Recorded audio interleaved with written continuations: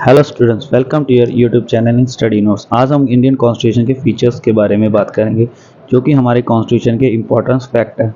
Indian constitution एक lengthiest constitution है, मतलब इंडिया का सबसे बड़ा या वर्ल्ड का सबसे बड़ा कॉन्स्टिट्यूशन हमारा इंडिया का ही है। उसके बाद हम बात करते हैं सबसे छोटा कॉन्स्टिट्यूशन, वो अमेरिका का है। अमेरिका का सबसे पहला और सबसे छोटा कॉन्स्टिट्यूशन अमेरिका का है।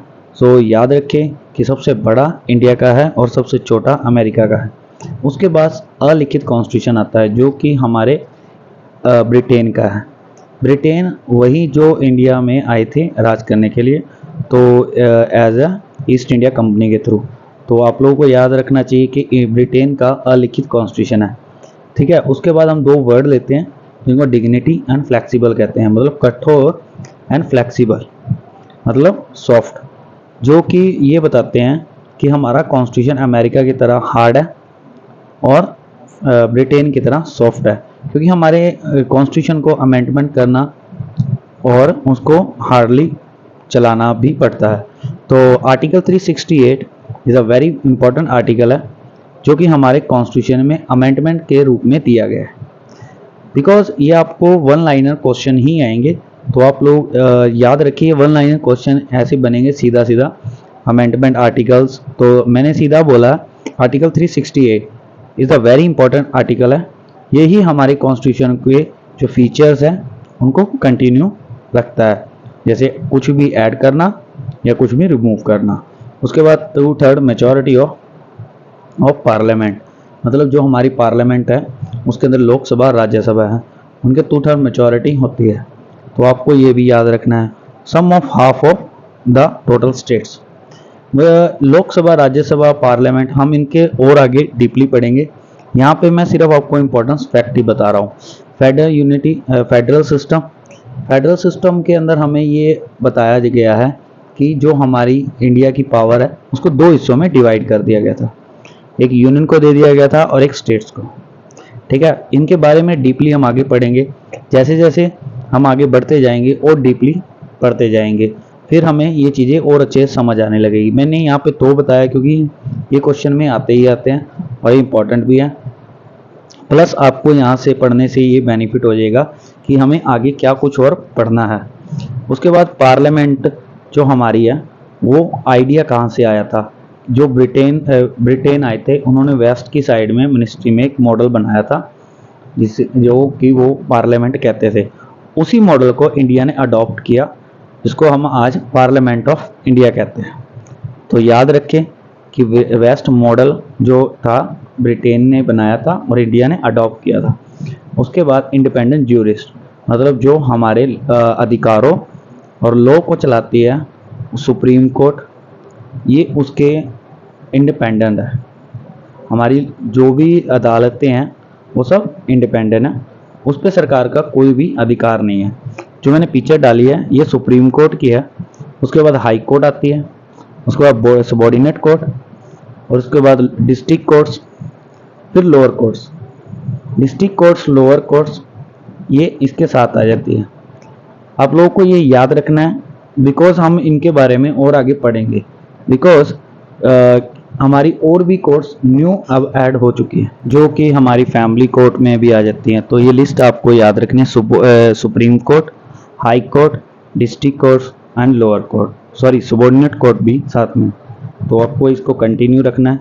उसके बाद हम अपने नेक्स्ट पार्ट में प्रियम्बल के बारे में पढ़ते हैं। प्रियम्बल इंडिया का कॉन्स्टिट्यूशन का एक इम्पॉर्टेंट पार्ट है। प्रियम्बल वो पार्ट है कि हमारी जो इंडियन कॉन्स्टिट्यूशन है उसका फर्स्ट पेज है। ये हमें ये बताता है कि हमारे इंडियन कॉन्स्टिट्यूशन हमें क्या अधिकार देते हैं और इसके अंदर क्या कुछ आ जाता है। तो आपको ये अच्छे से याद होना चाहिए, इसी में से ही सीधे सीधे क्वेश्चन आएंगे। The constitution of India preamble, जो कि हमारा प्रियम्बल है, इसके कुछ बेसिक भी है, जैसे कि इसको क्या बोलते हैं प्रियम्बल को, और इसको इसे इंडिया को रिप्रेजेंट क्या कराता है। ये इंडिया के लिए इसे अडॉप्ट किया गया था यूएसए कॉन्स्टिट्यूशन से, ठीक है। इसकी खुद की एक आइडेंटिटी कार्ड भी कह सकते हो आप लोग, ठीक है। उसके बाद इंट्रोडक्शन ऑफ प्रीफेस है टू कॉन्स्टिट्यूशन है। यहाँ पे मेरे से एक गलती हो गई, यहाँ पे कॉन्स्टिट्यूशन आना था, तो आप लोग प्लीज़ यहाँ पे सही कर लें, यहाँ पे कॉन्स्टिट्यूशन आएगा। आगे से ध्यान रखूँ ये गलती दोबारा ना हो। उसके बाद जो नेक्स्ट है इसको आइडेंटिटी कार्ड भी ऑफ कॉन्स्टिट्यूशन भी कहा जाता है। तो आप लोग ये भी ध्यान रखें कि हमारे कॉन्स्टिट्यूशन को जो प्रियम्बल है इसके कुछ अलग हैं। तो base up to objective revolution in Nehru ji, जो मैंने लास्ट वीडियो में बात की थी नेहरू जी के क्या लेके आए थे, ये प्रियम्बल है, वो ऑब्जेक्टिव रेवोल्यूशन लेके आए थे, उसके बाद इसे प्रियम्बल में कन्वर्ट कर दिया गया था।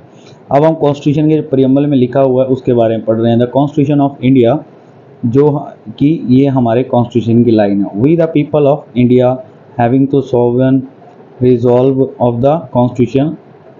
यहाँ पे भी मेरे से गलती हो गई, तो यहाँ पे कॉन्स्टिट्यूशन इनटू इंडिया इनटू ए, उसके बाद sovereign, socialist, secular, democratic, Republic, ये सभी वर्ड्स इनमें दिए गए हैं जो हमारे सिटीजनशिप के लिए इम्पोर्टेंट भी है, जो हमें बताते हैं कि हमारा प्रियम्बल हमें क्या कुछ दे रहा है। उसके बाद जस्टिस और सोशलिस्ट, इकोनॉमिक और पॉलिटिक, मतलब पॉलिटिकल के जो फीचर्स हैं या हमारे जो कॉन्स्टिट्यूशन है, जो हमारे अधिकार हैं, वो सब हमें कॉन्स्टिट्यूशन दे रहा है। लिबर्टी, मतलब इसके अंदर जो हमारे जो हम इसके फेथ में आ जाते हैं या बिलीव, जिसे हम बोल सकते हैं कि हम इस पर कितना विश्वास कर सकते हैं। तो इक्वालिटी का भी ये हमें दे रहा है, जिसे हम इक्वल रहकर एक स्टेट में या एक यूनिटी में रह सकते हैं, जो हमारा प्रियम्बल हमें ये अधिकार दे रहा है। उसके बाद जो भी बाकी अधिकार हैं वो भी इसी के साथ ही हमें दिए गए, डिग्निटी में भी है। तो ये ध्यान रखिए कि द वेरी इम्पॉर्टेंट फैक्ट हैं तो जो हमें दिए जा रहे हैं, ये आगे जाके हमें इन्हीं से ही सीधे सीधे क्वेश्चन आएंगे ही आएंगे। उसके बाद in our to constitution assembly, मतलब ये कॉन्स्टिट्यूशन जो हमारा है इसे असेंबली को दे दिया गया था 26 नवंबर 1949 को, जो कि अडॉप्ट किया गया था। उसके बाद हमारा कॉन्स्टिट्यूशन को स्टार्ट कर दिया गया था। तो ये हमारे कॉन्स्टिट्यूशन जो प्रियम्बल है उसके ऊपर फर्स्ट पेज पे लास्ट में लिखा हुआ है। उसके बाद preamble be amendment under the article 360A of the constitution, जो कॉन्स्टिट्यूशन में जो अमेंडमेंट है जो किया गया वो आर्टिकल है। उसके बाद 1973 में केशव नंदा भारती केस आया। इस केस ने ये बताया कि हमारा जो प्रियम्बल है वो हमारे कॉन्स्टिट्यूशन का एक फीचर तो है, पर इसका इम्पोर्टेंट पार्ट नहीं है, not a part of constitution. ये इसे जो केशव नंदा भारती केस है इसके जो चला था, इस केस के अंदर ही इसे मिनी कॉन्स्टिट्यूशन भी कहा जाता है, जो कि हमारे प्रियम्बल को, तो आप लोग याद रखें। उसके बाद 42 इन 1960 amendment of act sovereign, secular, indicative, मतलब ये तीनों जो वर्ड हैं ये आर्टिकल में अमेंडमेंट किए गए थे जो हमारी प्रियम्बल में है। उसके बाद हम नेक्स्ट पार्ट में पढ़ेंगे इंडियन कॉन्स्टिट्यूशन के important parts. Thank you very much.